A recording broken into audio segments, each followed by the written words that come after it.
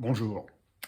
L'envahissement d'Israël par le Hamas le 7 octobre 2023 me fait penser à trois choses. Trois choses que j'appelle ici les trois impossibles.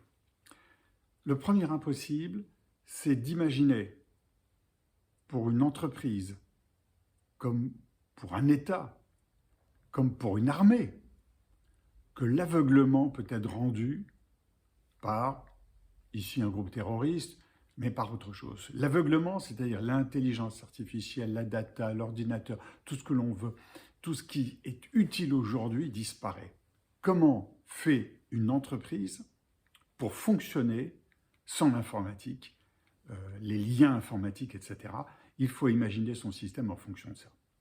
Le deuxième point, c'est la nouvelle géopolitique et la nouvelle géoéconomie. Et j'avais consacré dans mon dernier livre, au mois de juin, un chapitre dont je voudrais juste lire quelques extraits de la conclusion.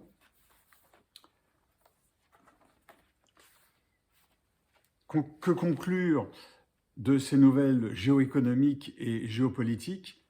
D'abord, il y a la baisse de la démocratie. Ensuite, il y a l'interdépendance des États sur le plan économique et industriel, et même si on a des mouvements aujourd'hui où les États essayent d'être moins dépendants, ils restent toujours interdépendants, ça ne va pas disparaître. Il y a une économie sauvage, entre guillemets, pour vendre plus à tout prix dans n'importe quelle condition, c'est-à-dire, et c'est le point que je soulève après, il y a une perte de valeur des choses, la valeur en tant que prix et la valeur en tant qu'estime du produit, c'est-à-dire que les produits sont fabriqués un petit peu n'importe comment, on ne regarde pas à ça de près, et ils n'ont plus de véritable valeur, et j'en ai beaucoup parlé ici. Les embargos envers un État n'ont qu'un effet limité, et on le voit aujourd'hui, nous achetons du gaz russe par l'Azerbaïdjan et du pétrole russe par l'Inde. Il y a finalement une forme d'anarchie des échanges, comme si plus rien n'avait de véritable valeur pour celui qui commande, comme pour celui qui fabrique. Et on voit que l'économie prend le dessus aujourd'hui sur le politique, ou le politique est tributaire de l'économie. Et d'ailleurs, chacun crache des émissions de carbone polluantes sans se soucier de, entre guillemets bien sûr, la grenouille qui chauffe dans la casserole. C'est nous qui sommes en train de chauffer. Ça, c'est le deuxième point. Le troisième point de ces trois impossibles que je voulais soulever, c'est une succession de guerres, de basculement d'État. Le 24 février 2022, c'était l'envahissement de l'Ukraine par la Russie.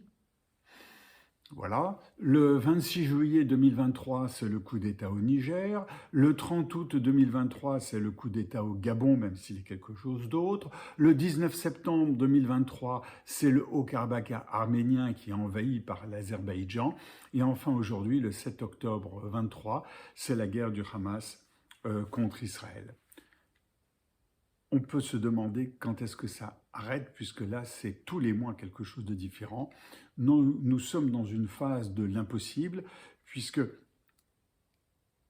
personne n'arrête l'ensemble de ces choses-là. Il faut avoir un accord mondial et chacun y a ses intérêts ou ses défaillances. La France, en Afrique, a ses défaillances. D'ailleurs, Ali Bongo s'est exprimé en anglais. Et le Gabon fait partie du Commonwealth. Donc on voit des choses un peu imprévues qui sont en train de bouger dans le monde d'aujourd'hui. Il y a une impossibilité, il y a un monde impossible qu'on ne souhaite pas, qui se met en place et pour lequel il va falloir réfléchir et donc quelque part relever les signaux faibles et faire de la prospective. Je repars en plongée. À bientôt.